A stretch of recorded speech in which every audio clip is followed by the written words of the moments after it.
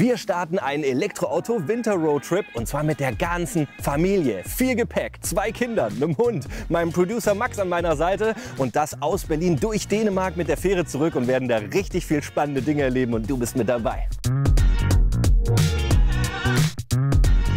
Die Familie braucht auch viel Gepäck, die ist ganz schön anspruchsvoll und da ich ja auch Kinder jetzt dabei habe, brauchen wir auch einen Kinderwagen. Das heißt, wie passt das ganze Gepäck jetzt in den Kofferraum? Das ist ja nur eine Limousine und kein SUV. Also als erstes mal den Kinderwagen schön zusammengefaltet und in den Kofferraum reingezirkelt. Ist erstaunlich viel Platz. Ja, so Elektroautos haben aufgrund der neuen Architektur schon ein bisschen mehr Möglichkeiten, Sachen unterzubekommen. Auch hier die ganzen einzelnen Gepäckstücke und noch über die Rucksäcke und ja, dann wird's aber irgendwann ganz schön eng. Aber haha, es gibt ja zum Glück auch in dem Tesla hier, aber auch in vielen anderen Elektroautos einen Frank, einen vorderen Kofferraum. Da habe ich natürlich schön mal ein Gepäckstück untergebracht. Aber jetzt fehlt ja noch was. 2 riesengroße Koffer, wie kriege ich die jetzt unter? Ja, zum Glück habe ich liebe Nachbarn. Ich habe eine Dachbox von denen geliehen bekommen. Ja, das muss man nicht immer neu kaufen, kann man vielleicht auch mal leihen. Und dazu musste ich aber vorher noch so Dachträger installieren. Das war beim Tesla gar nicht so einfach. Das ist bei manchen anderen Fahrzeugen deutlich entspannter. Aber hey, ich habe es hinbekommen. Natürlich mit meinem lieben Producer. Und ja, dann war die Dachbox oben drauf dann und dann haben wir da richtig viel Platz. Wow, ist da viel Stauraum. Also so eine Dachbox macht wahrscheinlich aber auch was mit der Reichweite. Das checken wir noch mal aus, Koffer rein und die habe ich natürlich dann noch mal schön festgezurrt, damit die bei der Fahrt nicht hin und her rutschen.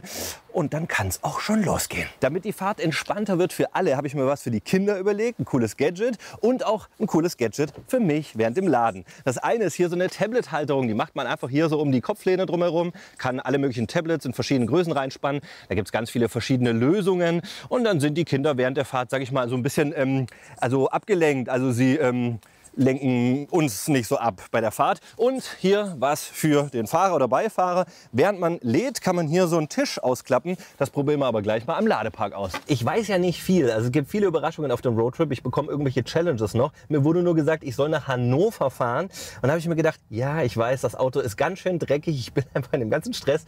Ja, ihr kennt das ja, Familienurlaub, Vorbereitung mit allem drum und dran nicht dazu gekommen. Aber da ist ein genialer Ladepark in der Nähe.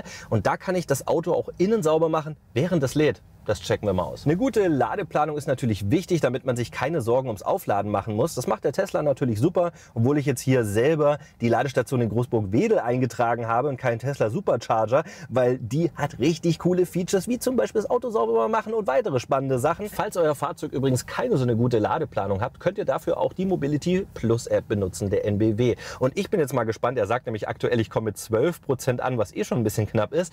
Da hatte ich aber die Dachbox noch nicht drauf, als er das praktisch geschätzt hat. Das werden wir jetzt mal feststellen, wie viel Prozent da runtergehen. Also was macht die Dachbox aus, wenn es ums Thema Reichweite geht? You feel alive, let's hit the dance floor. Don't work too hard, might break a backbone. Return of the Mac, the king is back though. Corvette and cash, I never lack those. She saw the stone, you know how that go. Fatality, my diamonds that cold. Versace trunks, I hit my backstroke. Knock on the door, she at the back row. Oh ja, doch, hier auf der Autobahn merkt man die Dachbox schon. Sie wackelt so ein bisschen, aber wir haben sie ja gut befestigt. Ganz wichtig, da stand jetzt auch in der Anleitung drin, man darf mit der Dachbox höchstens 130 km/h auf der Autobahn fahren. Und weil es jetzt auch noch mal so einen ordentlichen Wind hat, auch noch mal ein bisschen weniger. Ich bin jetzt hier eher so um die 90 bis 100. Weil Sicherheit geht natürlich vor. Und hier kommt ein wichtiger Tipp für dich, um möglichst viel Reichweite aus dem Elektroauto gerade im Winter rauszuholen, weil da will man ja schön warm und schnuckelig fahren und dazu muss man natürlich den ganzen Innenraum einmal aufheizen. Das machst du aber am besten noch, während das Auto noch an der Wallbox oder an der Ladestation steht, weil dann holt er sich die Energie nicht aus der Batterie, sondern aus dem Netz und du hast mehr Reichweite.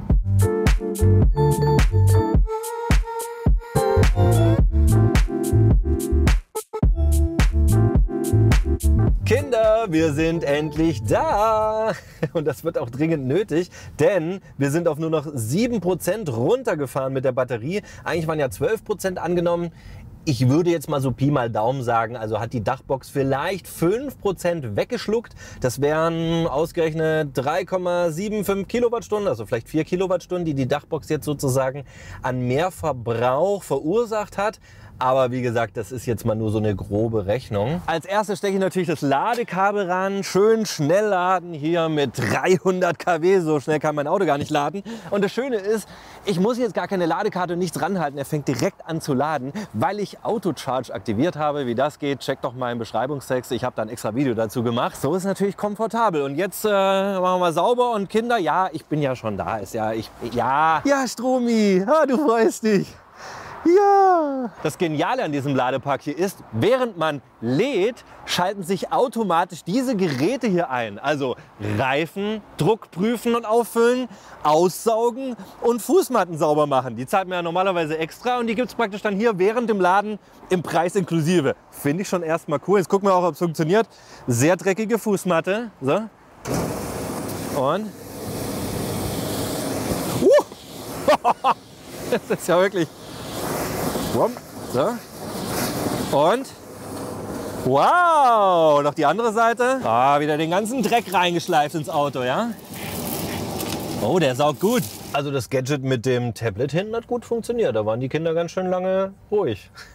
Und das Gadget hier mit diesem Tisch finde ich eigentlich auch ziemlich cool. Hält erstaunlich stabil. Und ich kann mir nebenbei noch hier schöne Videos von unserer großartigen neuen Moderatorin Sarah auf Energieerleben anschauen. Ja, jetzt wartet doch kurz. Oh, die Kinder wollen was essen. Aber es ist ja auch ein guter Zeitvertreib, während man lädt. Und im Prinzip war es das für die heutige Folge. Wir sind kurz vor Hannover und dann gleich, ja gut, ich habe es mir schon gedacht. Jetzt geht es wieder los mit den Challenges. Übrigens, wenn du dir die anderen Roadtrips anschauen willst, ich habe schon 2 gemacht, einmal im Sommer, einmal im Winter, ist unten in der Infobox verlinkt. Und jetzt geht es wieder weiter. Challenge dann praktisch für die nächste Folge. Finde die kleinste Ladesäule der Welt. Was ist Mini-Tipp? Mini unterstrichen. Fahr nach Hamburg.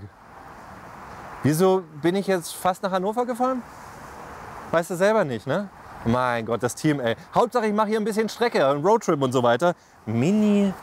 Das kleinste. Ich meine, gut, den kleinsten Hund habe ich ja schon, aber die kleinste Ladesäule. Jetzt, ja, ich komme. Ja, ich komme.